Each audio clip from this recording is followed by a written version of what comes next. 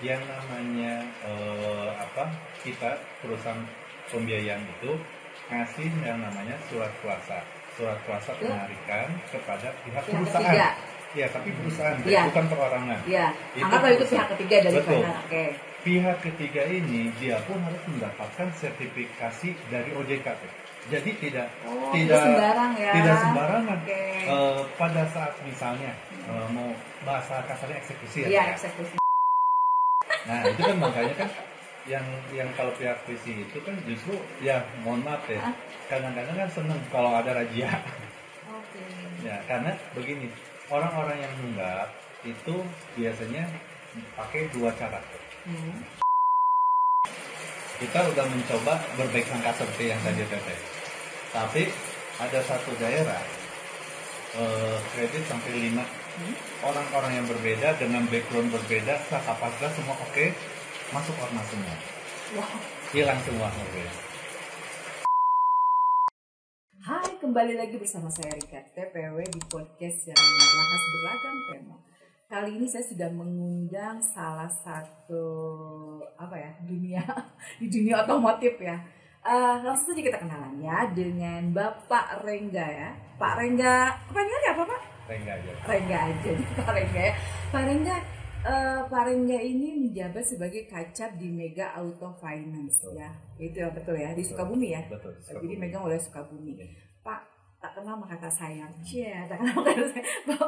Bapak kayaknya masih muda ya? Usia berapa nih Pak? Jadi manusia nih.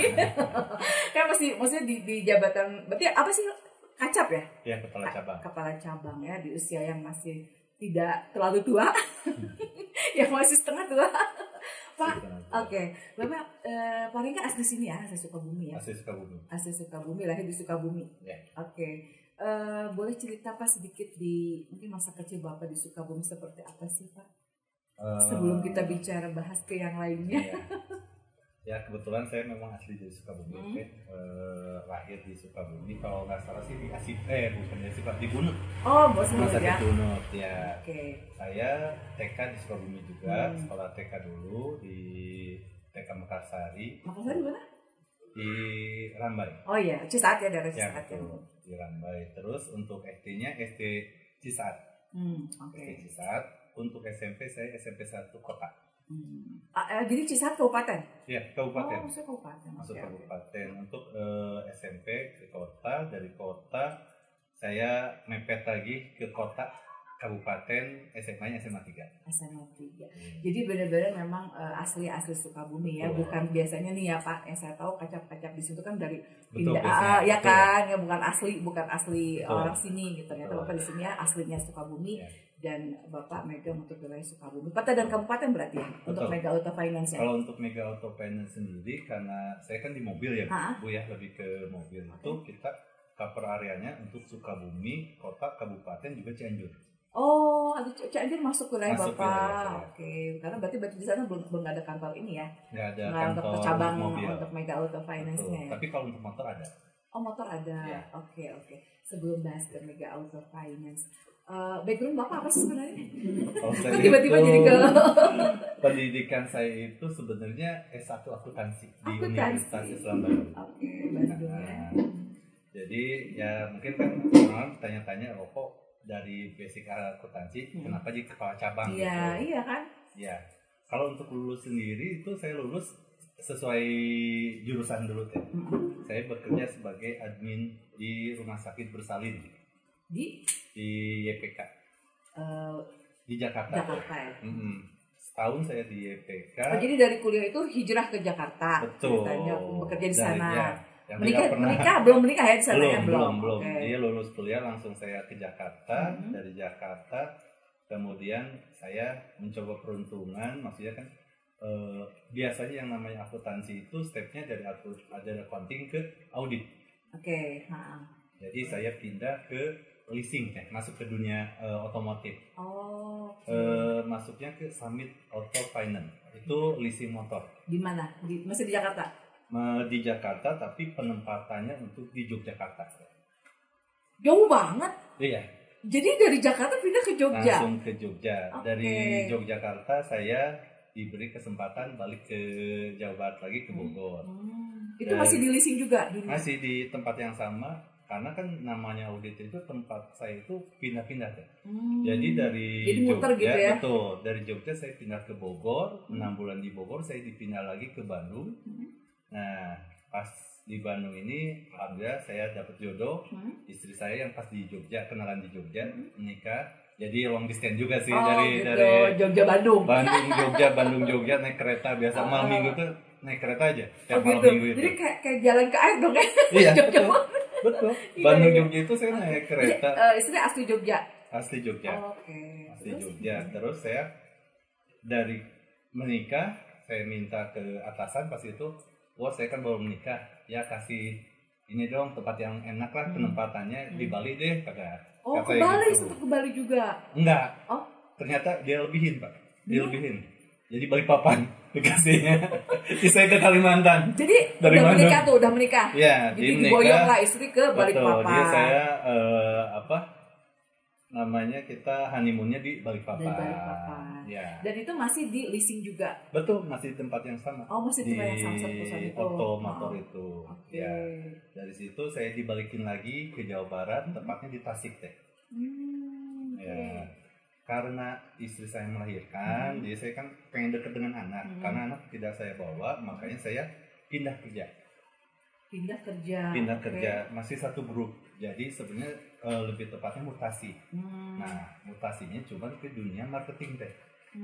Jadi marketing, kalau orang itu lebih kenalnya sebagai surveyor teh. 2010 itu. Namanya PT Otomultiarta, atau orang lebih kenalnya otomobil. Otomobil ya, oto ya. Betul, orang lebih kenalnya otomobil. Nah, dari mobil itu ya dari surveyor, alhamdulillah rezeki saya bisa naik jadi namanya marketing head. Ya, jadi dari marketing head, alhamdulillah juga saya bisa jadi kepala cabang teh di Oto itu. Jadi pribumi asli Sukabumi pertama yang jadi kepala cabang di Oto dalam sejarah itu saya. Jadi ya istilahnya kan kalau dilihat dari mana, di kebanggaan lah tuh ya, dia ada orang Sukabumi yang bisa jadi kepala cabang pertama gitu. Jadi bangganya situ, cuman ditempatinya langsung ke Semarang. Jadi dari pas saya promosi itu kepala cabangnya di Semarang. Oh, langsung pindah lagi ke daerah lagi. Dari Semarang saya balik lagi teh 10 tahun kemudian tempat itu. Jadi kan dulu kan di Jogja, saya pertama masuk kerja di Jogja, pindah ke Jogja. Jadi kepala cabang pertama orang Sunda di Jogja. Kebanggaannya gitu kan, orang Sunda pertama yang jadi kepala cabang di Jogja gitu. Dari situ saya balik lagi, dipindah lagi ke Tegal teh. Jadi untuk pekerjaannya sendiri itu ini ya, pokoknya tidak mobile.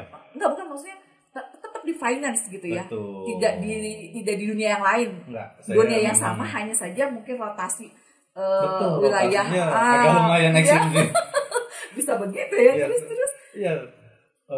Jadi saya sih lihatnya sesuatu kalau pada saat mutasi itu lihatnya seperti adventure lah. Gitu. Jadi kita mengenal, jadi saya nggak kayak setiap kultur kan beda-beda. Betul. Misalnya kayak di Semarang begini. Betul. Nah, kan itu sangat berbeda sekali. Sama-sama ya kan, kalau orang Sunda nyebut Jawa Tengah itu Jawa ya. Ya. Jadi kalau saya ditanya dari mana, dari Jawa, padahal kan kita Jawa juga.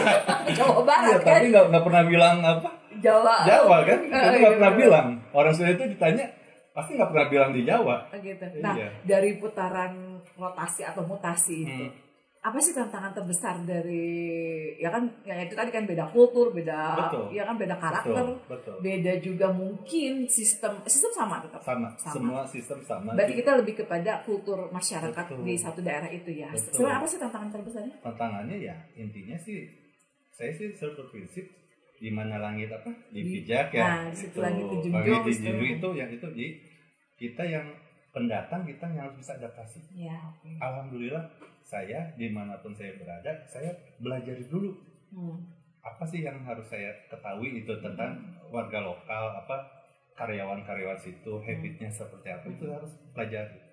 Karena kita nggak bisa memaksakan budaya kita, meskipun sedikit demi sedikit saya mengenalkan budaya Sunda, yaitu apa coba teh? Apa? Botran. Kaliwat berarti. Betul. Jadi mereka pun ternyata maksudnya kan diajak budaya Sunda yang kata saya, makan Sunda lo enak juga kok gini meskipun di Jawa Tengah juga begitu banyak makanan yang menu-menu yang istimewa lah buat saya. Tapi pada saat kita mengenalkan budaya Sunda, karena mungkin kerinduan saya juga ke Jawa Barat ya, kampung halaman. Jadi saya sering nyetel lagu-lagu Sunda gitu kan, mereka nggak ngerti bahasanya. Iya, jadi pada saat saya nerima telepon dari teman atau saudara pakai bahasa Sunda itu, mereka benar-benar nggak ngerti. Ya orang mudeng gitu kan, ngomong apa katanya gitu. Ya kata orang Jawa itu. Tapi alhamdulillahnya kalau kita pembawaannya baik, dimanapun nggak masalah gitu. Jadi yang tadi bilang tantangannya apa ya, tantangannya sih sebenarnya bagaimana caranya kita harus cepat beradaptasi. Iya benar. Ya. Nah dari beberapa wilayah yang tadi disebutkan, paling lama gimana? Paling lama ya di Sukabumi sih kalau paling lama. Okay. Karena kan saya di Sukabumi itu start dari 2010 sampai 2016. 6 tahun. Kalau yang di tempat lainnya hanya setahun. Singgah-singgah aja mungkinnya gitu ya. Jadi setahun di sini gitu betul, ya. Tapi kan tetap aja itu kan ada tingkat kesulitan. Betul. Iya dong, walaupun kita misalnya tadi kita harus beradaptasi, kita harus begini, tapi tetap dong ada tantangannya dong, ya kan? Ya kan? Tantangannya biasanya seperti apa sih? Apakah itu dari misalnya dari internal ya ini sendiri atau memang dari luar gitu biasanya kan? Ya tantangannya pertama itu dari bahasa. Karena ya mungkin meskipun Semarang kota modern, Jogja kota modern, tapi kan dalam pembicaraan sehari-hari tetap pakai bahasa lokal. Makanya kan saya harus ngerti gitu. Meskipun kalau ngomong aneh tapi minimal ngerti lah gitu kan. Jangan sampai dibohongin gitu ya. Itu tantangan loh. Apalagi berbeda. Semarang itu bahasa Jawanya menurut saya itu lebih tegas, cepat. Gitu. Kalau untuk Jogja itu kan lembut, halus ya bahasanya. Beda ya Jogja. Beda. Sebenarnya kayak gini mungkin Cianjur, Sukabumi, Bogor, ya kan Bogor lebih keras genderong katanya ya. Kalau Sukabumi middle lah. bisa kesini ya kan. Cianjur lebih lembut, lebih halus ya kan. Di Jawa pun seperti itu. Sama yang lebih shock itu ke Tegal. Sama sekali saya nggak ngerti. Tegal emang bahasa gimana kan? Bahasa Jawanya itu ya kasar ya? Itu bukan kasar ya, memang gaya bahasanya berbeda dengan apa di Jawa Tengah yang lain itu agak berbeda, lebih cepat. Di Sunda mah ngagaleong lah, ayalah. Kayak Cirebon mungkin ya. Kalau iya kan Cirebon kan gitu kan, teguknya ada cengkoknya. Iya ya J kayak gitu ya. Ada. Nah, seru dong berarti ya benar berpetualang berarti. Harus melihatnya seperti itu. Nah, tapi kan setelah dari Jawa Tengah itu saya dipercaya pindah ke Jakarta, itu langsung stres kan? Dari Jawa Tengah? Iya. Pindah ke Jakarta. Dari Tegal saya tempatin Jakarta, saya langsung stres. Stresnya kenapa? Macet. Biasa di tempat yang dari sekian bisa hitungan menit, ini harus berjam-jam. Saya janjian dengan orang kalau misalnya pada saat saya di Jawa Tengah, 5 menit sebelum janjian itu saya pasti nyampe. Saya orang on time. Iya benar. Saya tidak pernah terlambat gitu. Iya, karena itu kan orang sehari-hari itu dari cara kita. Pas saya ke Jakarta mau janjian itu, mau makan aja ketemu klien itu bisa 2 jam deh. Gitu ya. Betul. Itu dilihat tingkat stres saya langsung merah. Karena stres sama macet gitu. Iya benar. Jadi akhirnya ya itu tadi jadi bete ya, jadi bad mood gitu kan. Itu yang kalau yang tadi bilang tantangan apa? Buat saya tantangan pada saat di Jakarta bahasa enggak jadi masalah. Macet tantangannya. Karena sudah terbiasa dengan wilayah-wilayah yang kondusif. Betul. Akhirnya masih hijrah ke Jakarta luar biasa gitu kan. Luar biasa. Nah, finance.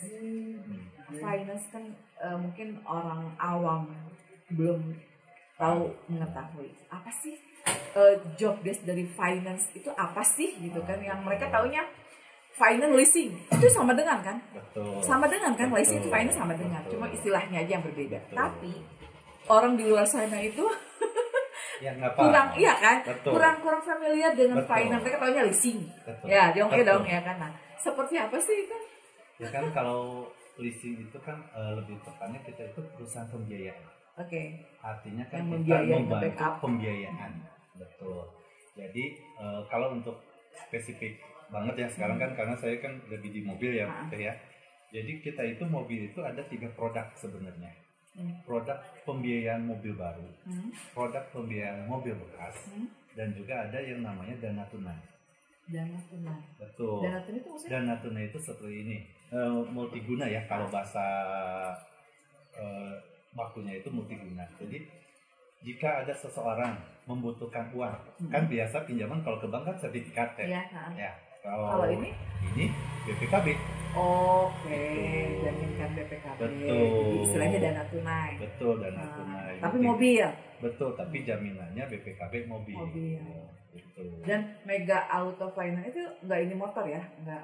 Kalau kita juga ada, namanya Mega Central Finance untuk motor itu. Oh, beda nama doang. Ya sama kayak tadi Auto Summit Auto Group, Summit Auto Finance itu khusus untuk motor. Auto Multi Arta itu khusus mobil. Tapi tetap dari satu perusahaan yang sama, cuma bedain aja. Ya, beda manajemen aja. Oke. Nah, dari 3 tadi kan pembiayaan second, mobil baru dan dana tunai. Itu yang lebih ramai, yang lebih banyak peminat atau nasabah di mana? Kalau untuk Sukabumi ini menariknya 3-tiganya sama teh. Oh, balance ya? Iya, hampir balance. Ya mungkin untuk porsi dana tunai nggak begitu besar dibanding mobil baru dan mobil bekas. Tapi kalau terkadang kalau lagi musimnya memang ini juga bagus gitu deh. Nah, kalau standarisasi dari hitungan angsuran lah ya, bersaing nggak sih dengan final lain? Tentu saja bersaing teh, karena kan kalau nggak bersaing gimana mau tumbuh? Nah pertanyaannya lebih mana? lebih murah di Mega Auto Finance gimana? Kalau masalah murah itu tergantung sudut dari konsumen sendiri. Karena gini teh, yang namanya produk itu berbeda-beda kayak gini. Ada namanya DP murah, ada namanya angsuran murah. Iya benar. Kalau misalnya teman-teman masyarakat itu datang ke mall, kan sales itu udah nawarin, "Ibu yang DP-nya ringan Bu, nih kalau ini angsurannya ringan." Nah, segitu. Nah, kalau kita sendiri ya pasti ada produknya, dua-duanya ada. DP murah, angsuran murah kita ada karena basic kita kan bank, Bu. Jadi kita bersaing seperti dengan Beca Finance, dengan Lipan Finance, Maybank, itu kan Niaga Finance yang basic bank itu kayak Mandiri itu ya kita sama gitu deh. Hampir sama. Ada standar lah ya istilahnya. Ya kan namanya juga modal tiap-tiap perusahaan pasti beda-beda ya. Tapi nggak akan mungkin gapnya jauh gitu. Balik lagi nanti yang dinilai itu pelayanan dari kami itu kan sebenarnya bukan jual duit kasarnya, tapi kita itu perusahaan jasa ngebantu seseorang untuk bisa punya kendaraan lebih dulu. Tapi untuk brand mobilnya sendiri bebas. Kan biasanya gini, misalnya contoh lah, saya sebut aja ya, misalnya RPF, dia khusus ini Honda misalnya, ya kan tidak ini kan Yamaha misalnya. Nah, Mega Auto Finance sendiri gimana? Kalau untuk Mega Auto Finance ini kan bukan captive, artinya kita itu ya semua teh. Oh, semua brand kita semua bisa brand masuk. Kita kerjasama. Ya. Dan untuk dana tunai sendiri itu ada ininya dong ya, ada biasanya tahun. Oh betul. Ya kan? Kalau untuk di kami itu memang startnya untuk kendaraan di tahun 2010 batasannya, dan itu mungkin kita masih ke mobil penumpang, jadi untuk kayak pick up terus kita belum bisa membiayai. Tapi untuk leasing lain ada teh yang memang spesialis di bidang itu. Atau tahun-tahun tua ada leasing kayak Sinarmas, itu mobilnya mobil yang umurnya lebih tua. Iya. Betul. Sinarmas betul. Ya. Kan yang tadi Teteh bilang setiap leasing pasti punya spesialisasi di masing-masing. Ada min plusnya lah ya. Betul. Tidak yang namanya keunggulan absolut itu nggak ada ya. Nah, sekarang lagi ada program apa nih Mega Auto Finance? Langsung aja nih Mega ada program. Biasanya kan suka gitu kan. Akhir tahun loh ini sekarang Desember ya kan. Ya mungkin kalau untuk Mega sendiri sih, kalau mindset di masyarakat atau di dealer itu kita itu lebih terkenalnya dengan DP yang murah teh. Kalau yang lain kan mungkin start DP itu di angka 20%. Kalau kita itu mulainya dari 15%. Itulah kelebihan Mega. Gitu. Nah, saya baru mau nanya takut lupa, besok suka lupa. Lupa deh. Jadi gini, biasanya nih akhir tahun suka ada ini nggak mitos atau bener nih fakta atau mitos nih. Biasanya kan tahun-tahun akhir tahun biasanya kan ganti, ya kan biasanya apakah si harga mobil itu memang murah, dimurahkan atau karena memang mau penghabisan ya tahun ini? Seperti apa sih? Yang namanya itu kan kebijakan dari dealer ya, dari ATPM ya. Kalau ATPM biasanya mungkin mensubsidi ada diskon, cuman kan besaran diskon itu ya relatif ya. Relatif beda-beda kan namanya juga marketing pasti mempromosikan ya, bagaimana caranya ya. Betul. Ya bisa suka gitu. Oh berapa nih mau akhir tahun pokoknya karena mau tahun si plat nomornya ini harga segini nih ya. Kalau sekarang enggak tuh, justru terbalik. Kalau sekarang ya? itu ya silakan deh. Gimana? Jadi kalau sekarang itu promosinya takut tahun depan pajaknya naik, mendingan belinya sekarang. Gitu. Oh gitu. Jadi itu bagian dari promosi. Betul. Jadi kan apapun kebijakan pemerintah yang namanya orang sales marketing kan kita harus lihat. Ya. Dan kita harus bisa mengkomunikasikan kepada masyarakat masalah kebijakan ini. Dan ini malah bukan jadi hambatan atau tantangan, malah ini jadi promosi. Belinya sekarang, tahun depan malah naik. Gitu. Itu kan kayak strategi marketing ya. Kalau orang strategi yang biasa kan pasti yang tadi bilang, diskonnya lebih gede, lebih gede. Padahal kan belum tentu kan. Iya, belum tentu karena itu kan kebijakan dari ATPM dan dealer juga tidak bisa sembarangan ngasih diskon. Semua ada aturannya. Iya, ada aturannya pasti lah. Nah Pak, ini agak sedikit dibilang ekstrim enggak juga sih ya, cuma lebih kepada khusus di Sukabumi nih, kita bahas di Sukabumi Pak. Yang kemarin kejadian ramai, saya kan Bapak pernah dengar mungkin ya kan ramai dong di berita khususnya Sukabumi lah. Ada salah satu organisasi yang bermasalah dengan finance. Nah, tanggapan Bapak seperti apa sih untuk hal itu? Karena apa? Pasti dong ini jadi tantangan terbesar ya, iya kan? Seperti apa sih Pak tanggapan Bapak sebagai di finance? Saya bilangnya bukan organisasinya tapi oknum di organisasinya. Karena jujur saya itu semua leasing saya yakin pasti memiliki hubungan yang baik dengan anggota organisasi manapun. Cuman memang ada beberapa organisasi yang istilahnya oknum tadi yang melenceng-melenceng lah ya. Jadi kalau istilahnya di saat ini itu ada yang namanya backup. Backupan. Betul, backupan. Jadi untuk konsumen yang tanda kutip ada niatan yang tidak baik, artinya tidak mau membayar angsuran, itu di backup dan dipengaruhi oleh oknum itu untuk tidak membayar angsuran. Padahal si debitur itu tidak mengerti impact-nya seperti apa ke depannya. Impact ke depan satu. BI checking jelas ya. Kita semua udah digaung-gaungkan oleh OJK itu namanya slik itu harus dijaga karena mau pinjam apapun slik dilihat slik. Bahkan untuk beberapa perusahaan syarat untuk masuk kerja itu sliknya harus bersih. Iya benar sekarang ya. Sekarang ini untuk bahkan di internal kami pun rata-rata ya yang saya tahu dan sharing dengan diskusi dengan teman-teman leasing lain, kalau mau naik jabatan aja kliknya harus harus leasing. Bahkan ada leasing dia langsung shift lagi seluruh karyawannya. Jika ada tunggakan pilihannya cuma dua, dilunasin atau dia keluar. Oh gitu? Betul. Cuma saya nggak bisa nyebut ya. Seperti itu ya. Seperti itu. Saking benar-benar. Jadi kan logikanya masa sih pelaku pembiayaan malah dianya juga jelek kan aneh. Masa dia kan harusnya memberikan contoh yang baik kepada masyarakat. Oh saya kerja di leasing gitu saya. Slik saya pun bagus. Jadi saya pun ngasih edukasi ke teman-teman ke masyarakat. Ya, contoh lah. Iya. Kan kalau misalnya pastinya saya iya gitu. Dan bukan ekstrim juga sih. Ya sebegitunya ya aturan nanti ke depannya. Itu bukan nanti. Ini udah berlaku. Oh, udah. Udah jalan, ada leasing ya. Jadi saya nggak bisa nyebutin dan itu karyawannya itu dicek slik terus ada juga kita yang dikasih untuk menghindari yang judi online kan? Iya, yang pinjol kayak gitu kan.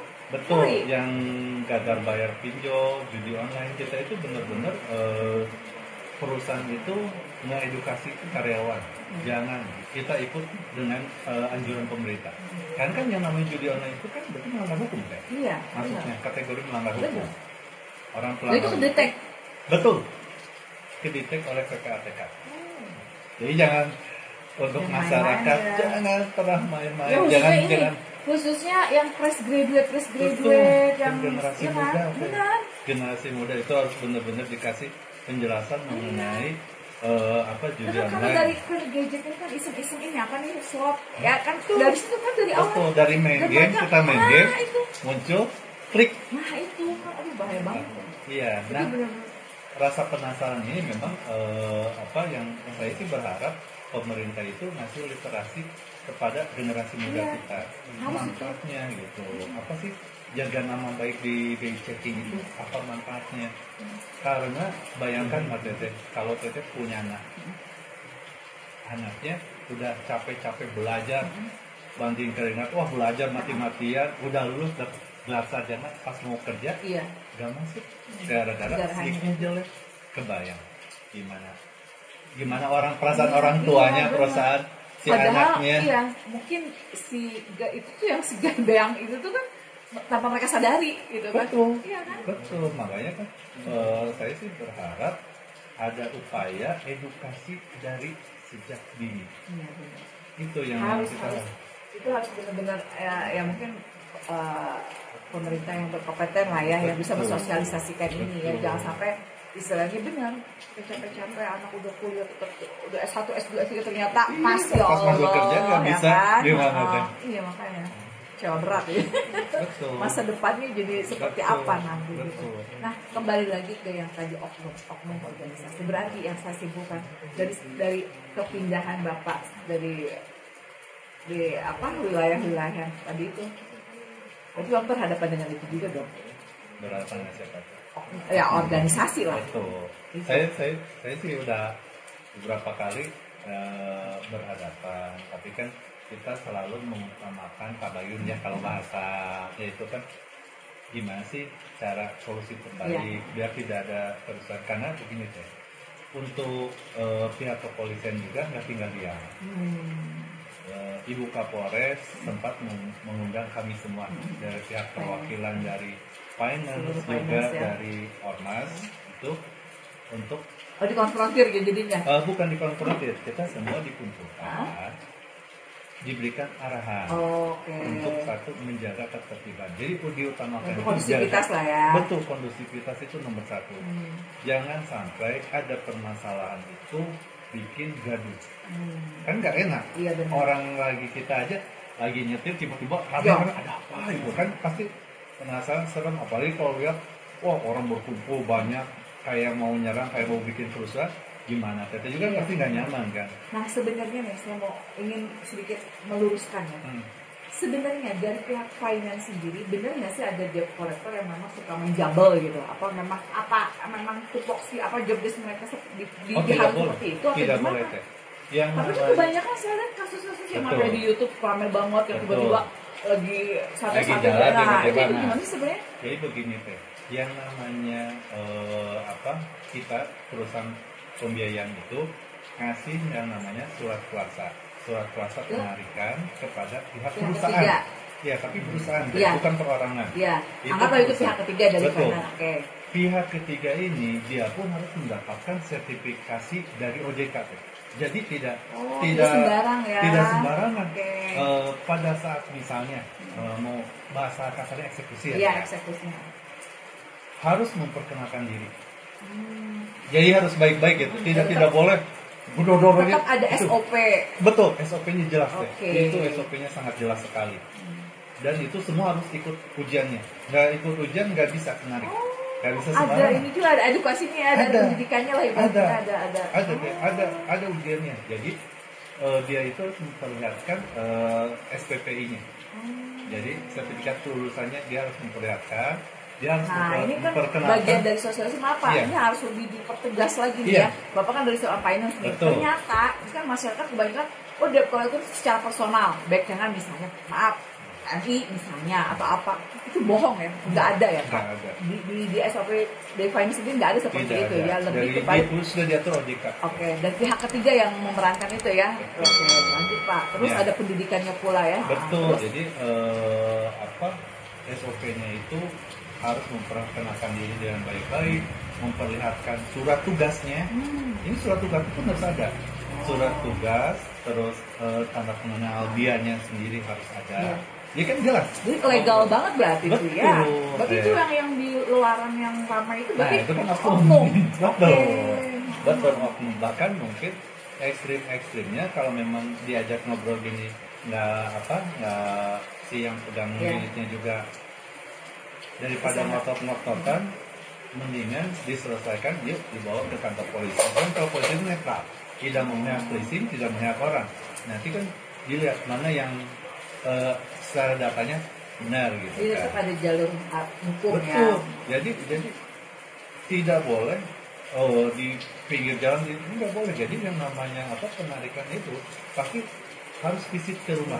Jadi ini bagian edukasi juga ya Pak ya, mengedukasi khususnya penonton The Portawi bahwa untuk istilah itu jabel ya, apa sih Pak? Iya, di jabel, di jalan itu kan ternyata ada SOP-nya.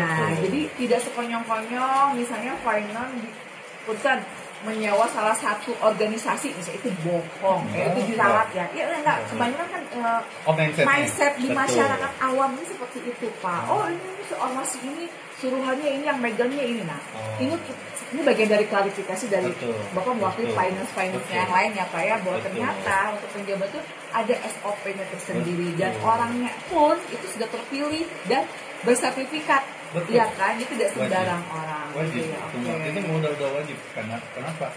Karena kami pun sama, kami pun pada saat kerjasama atau PKS dengan PT itu, kami harus melihat siapa aja orang-orangnya, siapa aja yang udah harus melampirkan juga sertifikat itu harus dilampirkan. Jadi kita nggak bisa sembarangan. Pak, saya pernah dengar ada istilah pelsus. Apa itu pelsus? Jadi pelsus itu kan pelunasan di bawah pokok hutang. Pelunasan di bawah. Dan itu bukan legal apa sih? Dan itu apa ya namanya? Memang ada. Jadi sebenarnya ini Bu, yang namanya pelsus itu kan awal mulanya pada saat kemarin pas COVID itu kan benar-benar kondisi yang amat sangat luar biasa ya, amat sangat luar biasa di mana hampir semua orang yang bergerak di bidang wira swasta itu terpukul. Nah, datang ke leasing, dia punya misalnya hutangnya mesti 100 juta, dia mampunya cuma 80 juta. Ini pelunasan, sedangkan pokoknya 100 juta. Dia pelunasan khusus itu kan 100 juta. Nah dia kan berarti kan melunasi di bawah 100. Betul, di bawah yang keharusan kewajiban dia. Nah itu disebut pelunasan. Dan itu diterima? Tergantung kebijakan dari perusahaannya Bu. Beda-beda. Nah kalau untuk ada hitung-hitungan tetap kan, ada hitung-hitungannya. Betul. Kan jadi kasus ini tidak berlaku untuk semua nasabah. Tidak. Itu yang jadi masalah itu pada saat sekarang kondisi sudah normal nih gitu ya. Ambil pelsusin aja. Mindsetnya kan kayak gitu. Karena nggak mungkin ya.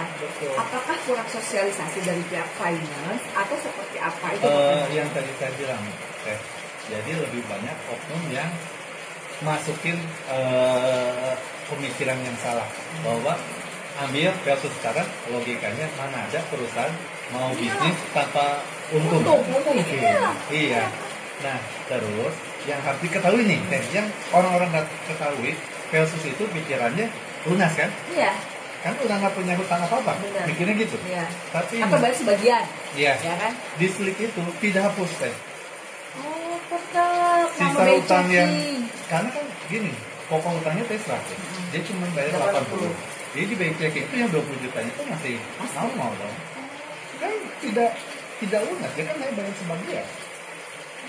Jadi tetap ya. Betul, jadi pada saat teteh misalnya teteh ada seperti itu, tiba-tiba teteh perlu uang lagi, pinjam terus, kok ditolak kan sih udah nggak punya utang di leasing.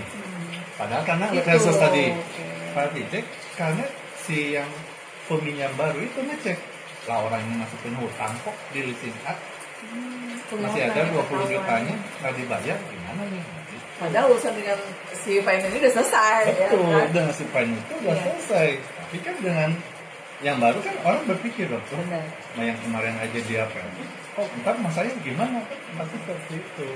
Jadi literal informasi-informasi ini yang banyak masyarakat nggak tahu. Menyimpang. Masyarakat nggak tahu. Akhirnya bikin simpang siur. Betul, masyarakat yang dirugikan ya karena ini ya teh. Apapun itu tadi bahasanya kasus, yang itu bukan debitur loh, tapi oknumnya. Iya benar. Ya dong. Iya. Dia yang meraba-raba, ngitungnya. Kan si debitur, oh untung nih bayar cuma segini aja, tapi kan yang ngebantu dia pasti dapat fee dong. Iya betul. Yang dapat fee namanya juga nggak tercatat di checking, uang dapat, oh ini seolah-olah urusan beres, padahal kan nggak beres. Iya benar. Yang rugi tetap begitu. Iya benar. Kita nasabah. Kak, dari sekian kasus yang tadi kasus lah, jabelan lah, apalagi sih di dunia finance, saya pengen tahu yang bikin apa ya? Bukan tantangan sih, lebih kepada apa ya? Masalah apa sih namanya kalau gitu? Karena tadi kan kasus itu kan udah diramai dong di masyarakat tuh, pokoknya udah kasus aja, itu kan gaya banget gitu terus jabal. Terus apalagi sih selain kalau itu? yang paling ramai itu mobil goib, mobil terbang. Hah? Maksudnya nggak lagi kan? Sama dong. Betul. Mobilnya langsung hilang kan? Hah? Gimana itu sih? Jadi biasanya Bu ada oknum. Memang ada pemain, dia itu. Oknumnya nasabah? Enggak, orang pihak ada orang misalnya pinjam nama teteh buat ngambil mobil. Hah? Tetehnya sih cuma pinjam nama aja. Contoh gini deh, saya punya mobil. Siapa yang punya mobil siapa? Enggak. Teteh mau beli mobil. Oke. Tapi bukan teteh yang ngambil mobil saya misalnya. Saya nyuruh teteh kredit aja di leasing A gitu ya. Teteh dikasih mobilnya di approve lah sama leasing. Pembiayanya disetujuin. Mobil kan dikasih ke teteh. Nah, teteh mobil kasih ke saya karena saya yang ngebiayain teteh. Nah, saya dijual mobilnya, dijual mau ke luar negeri, mau ke manapun itu, masa ya. Tapi kan yang dikejar leasing siapa? Nah, yang akan di LP-kan oleh perusahaan leasing siapa? Tapi realitas seperti itu kan. Di Sukabumi itu banyak. Ini sebenarnya mobil goib. Iya, di seluruh mobil goib kan baru angsuran pertama aja tidak ada, udah nggak ada mobilnya, udah hilang. Terus itu gimana penjelasannya? Ya itu tergantung tuh. Kalau misalnya mobil yang masih ada kan masih bisa keamankan. Tapi kalau mobil udah hilang ya gimana? Yang kasihan kan si debitur. Pidana dong? Maksudnya pidana. Apa itu namanya? Pelanggaran apa ya? Kan itu maksudnya pidana tuh. Kan kalau kita undang-undang fidusia kan jelas. Iya fidusia maksudnya. Betul. Undang-undang fidusia itu jelas. Siapa yang mengambil alih, mengoperkan aja sebenarnya udah masuk fidusia.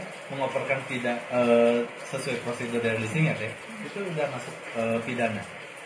Mengoperkan, menggelapkan kan gitu kan, mengalihkan. Berarti kan itu maksudnya penggelapan. Betul. Ya kan? Betul. Ini juga ya? Oh ngeri teh, apalagi motor itu yang dijual ke luar negeri teh. Motor? Betul. Ke Afrika sana. Motor. Oh ya? Iya, mobil itu sama. Kalau mobil rata-rata ke Timor Leste. Sana kan nggak banyak produksi kendaraan tuh. Dia belinya murah-murah dari kita tuh. Yang leasing ini. Yang lebih ekstrim lagi teh. Cuman kan ini ya, yang tadi mobil yang saya misalnya ambil itu diganti nomor rangka dan nomor mesinnya. Nah, itu tuh yang saya mau ini. Serem. Itu gimana itu? Yang nih, aduh. Saya masa harus blow up di sini. Jadi gini, saya nggak ngerti nih. Ini orang awalnya platnya ini, ya kan masih hitam tuh. Iya. Tiba-tiba ganti kaleng putih, dan plat nomornya beda. Lah itu gimana ceritanya ya? Padahal itu masih ada urusan di leasing. Ya, kalau itu oknum berarti. Ya, itu kejahatan, pelanggaran. Betul ya. Iya kan? Pasti ada lah teh. Dari di mana tempat tuh pasti ada. Tapi ada. kok aman sih mobilnya? Nah itu kan makanya kan yang kalau pihak leasing itu kan justru ya mohon maaf ya kadang-kadang kan seneng kalau ada razia. Ya, karena begini, orang-orang yang nunggak itu biasanya pakai dua cara. Yang satu dia oknum nasabah berarti ya, ini oknum nasabah ya, kita bicara nasabah. Sama yang tadi ormas itu dia punya cara untuk mengelabui kita. Itu satu, dia ganti plat nomor. Yang tadi aku kayak kasus aku tadi gitu. Pasti diganti plat nomornya, ganti plat nomor. Yang kedua, untuk menghindari tagihan. Betul. Yang kedua, mereka itu menempelkan stiker ormas di mobil. Ini oknum ya, ya. Bukan seluruh mobil yang ada tempel stiker itu pasti bermasalah. Ya, kita nggak pernah ngejas siapapun. Dia lebih kepada kita mengedukasi masyarakat, ya kan? Dari pihak finance khususnya Bapak ya kan. Seperti inilah realita dan dilemanya. Iya kan, finance itu seperti ini. Betul, ya kan. Makanya kan akibatnya di Sukabumi. Emang ngaruh ya masang stiker gitu? Ya kan udah ada perjanjian lah, kalau nggak salah tuh itu udah ada perjanjian antara oknum ormas itu dengan pihak yang narik. Kalau yang udah ditempel stiker nggak boleh ditarik. Bisa ada perjanjian seperti itu. Sampai pihak polisi aja kesel. Kenapa? Itu yang ditempel hitam di atas putih atau gimana? Nah, kalau itu kepada perjanjian ya gentleman agreement lah.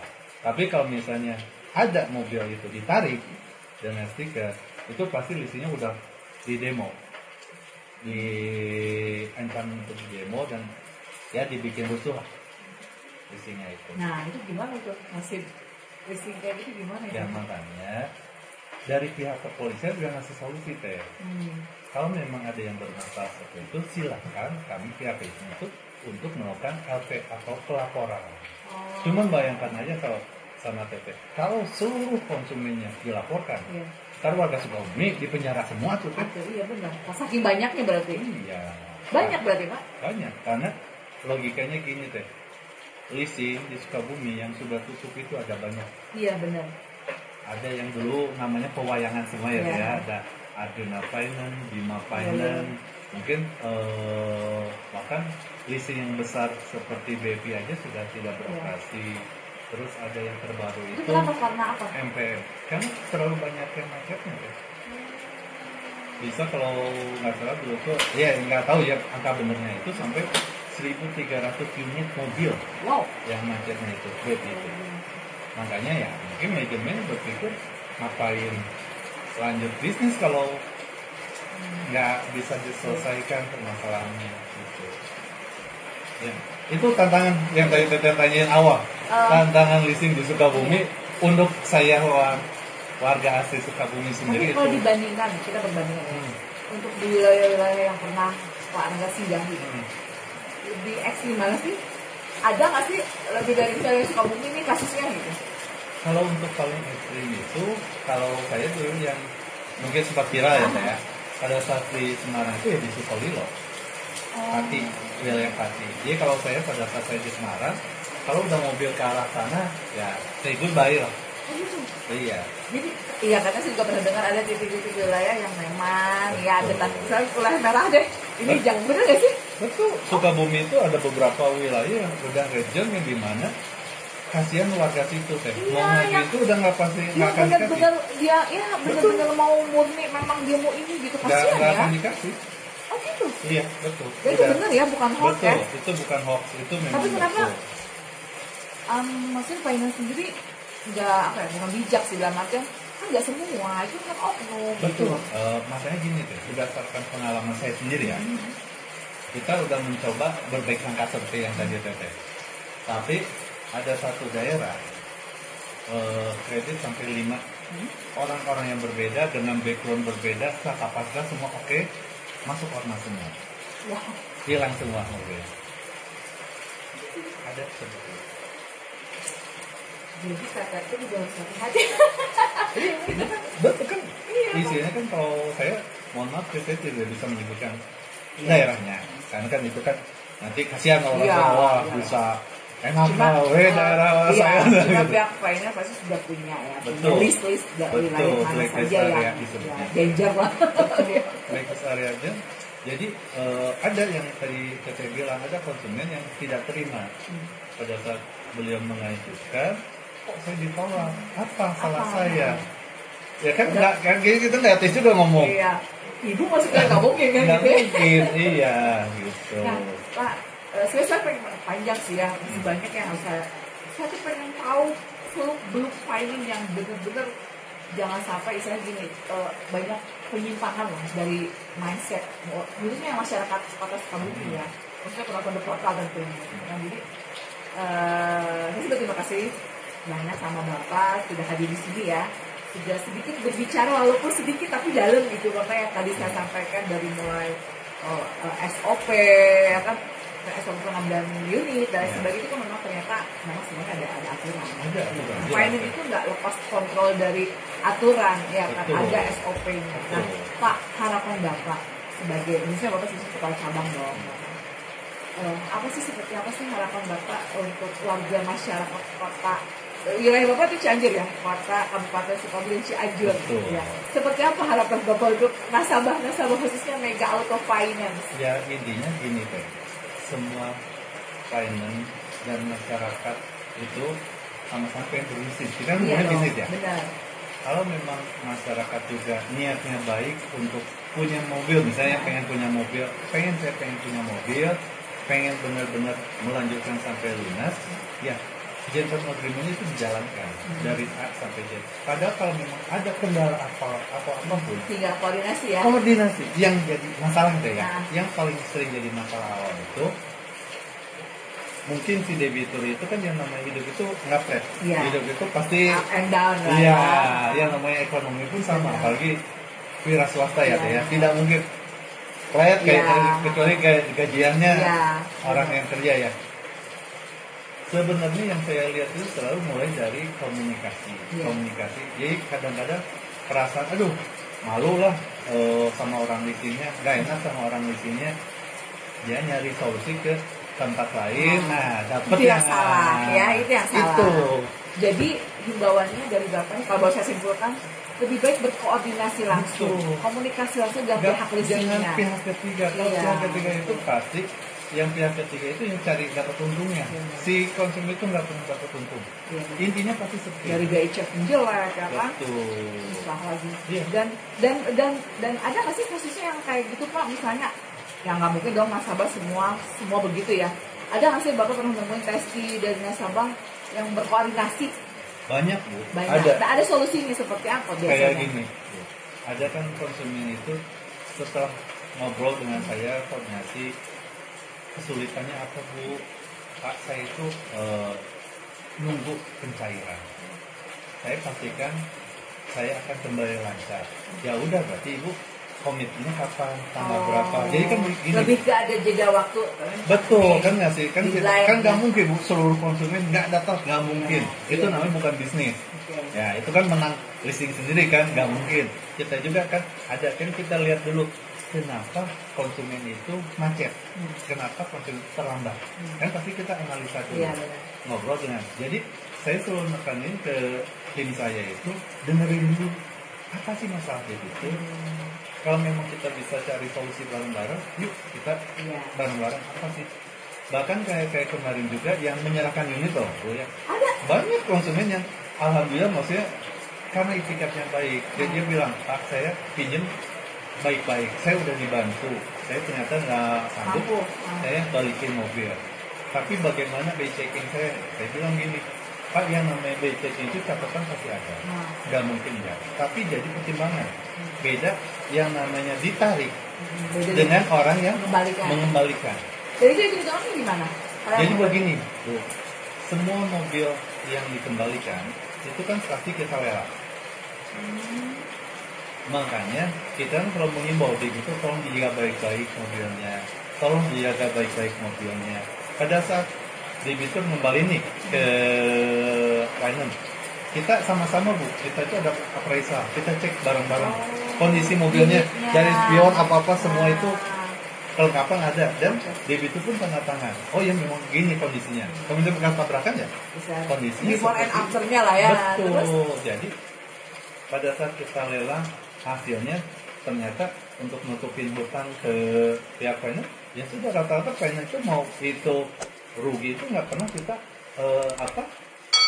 nagih lagi debitur. Seharusnya kalau di perjanjian itu kita misal hutangnya itu sisa 70 juta masih, misalnya, sisa 70, pas dilelang dapatnya 60 misalnya, kan harusnya kan masih ada 10 juta. Kita tidak pernah nagih kan, yang orang udah kesusahan, masa kita tagih, logikanya gitu. Dan jarang yang lebih ya malah? Jarang loh, kalau memang lebih kita kembalikan. Kita pasti kembaliin. Fair dong ya kalau betul, gitu ya? Mbak. Justru kalau lebih kita balikin, kenapa? Dan kan, proses untuk pelelangan itu lama nggak sih? Tergantung Bu, balik lagi kondisi mobilnya. Kan kalau untuk misalnya kondisi mobilnya bagus pasti orang juga cepet dong belinya. Kalau kondisinya juga ya tidak terawat, jadi pasti orang yang belinya juga kan susah kan, jarang peminat jadi. Betul, itu kan balik lagi ke orangnya. Karena aduh, durasi. Ini sebenarnya saya udah benar-benar banget. Kita nanti jadwalkan kembali ya episode nanti mungkin untuk nggak tahu kita bisa nge-vlog bareng di kantor Bapak mungkin seperti apa sih prosedur ya kan, kita harus tahu dong, kita harus terbuka dengan masyarakat, mengedukasi juga seperti apa sih finance itu dalaman seperti apa. Betul, gitu. Kita sih sebenarnya tidak pernah ada tutup, justru kita lebih ke keterbukaan. Jadi segala sesuatu dengan debitur itu kita komunikasi, saya menekan komunikasi. Alhamdulillah kalau dengan komunikasi kan gini, bisnis itu bukan saat ini, tapi panjang. Apalagi yang kita mah dari mulut ke mulut, mega auto payment gini loh, akhirnya kan dari anak tante gitu kan akhirnya betul Bu. MLM-nya multi level marketing. Multi level marketing paling efektif itu adalah debitur sendiri. Betul, tanpa kita sadari kan. Betul Bu, saya pernah ada konsumen datang ke showroom mau beli mobil, mau kemana, yang mungkin ke perusahaan saya sebelumnya ya, tadinya niatnya ya. Kenapa ke Oto? Tanyanya. Karena ada Parengga. Oh, Parengga di Mega. Oh, saya ke Mega aja katanya. Betul Bu, itu. Karena mungkin sudah nyaman ya dengan itu tadi Bang, pelayanan data, jasa. Karena kami itu kan perusahaan jasa. Jadi saya pun selalu menekankan. Kalau jasa kan identik dengan servis. Betul. Servis. Image. Betul, karena bagaimanapun pada saat debitur merasa kesusahan, debitur ada kendala bahkan itu untuk klaim asuransi atau apapun, kita pihak leasing itu selalu bantuin. Betul. Harus selalu bantuin. Kenapa? Minimal memediatorin lah. Betul. Gitu kan, jadi penengah lah dari. Betul. Kami pun selalu seperti itu Bu. Makanya kan yang saya pelajarin berarti saya masuk dunia leasing itu dari 2007 ya Bu ya, sampai sekarang. Ya itu. Kamu udah hatam berarti? 2007 sekarang 2024 udah hatam banget. Ya karena mungkin perjalanannya kan saya dari bawah ya Bu ya. Jadi berbagai macam kondisi udah saya dari mulai surveyor ya kan, Bapak udah paham banget. Iya, saya tidak tiba-tiba jadi kepala cabang gitu. Jadi Bapak udah merintis dari nol. Betul. Dari yang tidak jadi apa-apa sekarang sudah jadi apa-apa. Jadi paham banget. Gitu. Maksudnya kan dengan pengalaman saya bisa menjelaskan dengan gamblang itu karena berbagai macam pengalaman. Iya, dari tes di Bapak sendiri. Iya. Oke, Pak Rengga, aduh terima kasih banyak ya sudah hadir di sini, sudah mengedukasi penonton The Portawi. Saya juga akhirnya saya tahu bagaimana cara kerja finance seorang finance seperti apa. Lebih kepada tadi ya Pak ya, jasa. Betul, pelayanan, melayani. Bagaimana cara kita melayani nasabah dengan baik? Betul, karena kan ini kan bisnis kepercayaan. Betul. Jadi antara pihak leasing dan nasabah saling percaya, saling menjaga. Insya pasti jalan. Kalau nasabah sudah tidak respect, sudah wassalam ya. Wassalam. Udah, nggak mungkin bisa survive. Oke, Pak Rengga seru ya ngobrol dengan Pak Rengga banyak hal sebenarnya. Ya. Terima kasih sudah hadir di podcast The Portawi. Bapak sudah mengedukasi masyarakat juga, penonton The Portawi. Semoga dengan himbauan yang tadi Bapak sampaikan, harapan Bapak untuk nasabah khususnya ya, peminat atau apa tuh ya namanya? Untuk saya sih mungkin lebih ke seluruh masyarakat, mau itu Sukabumi, Cianjur, kita sama-sama membangun kota kita itu, perekonomian kita ya sama-sama menjaga yang tadi rule-nya selalu kita jaga, saling percaya, saling menjaga itu buat kita semua. Perekonomian akan maju pada saat semua berjalan dengan baik. Pada saat tidak berjalan dengan baik, ya kita tidak. Tunggu kehancuran. Jadi itu dari kita untuk kita. Betul, itu aja. Oke, terima kasih. Oke, penonton The Portawi, tunggu episode selanjutnya di judul-judul yang lain. Oke, salam The Portawi.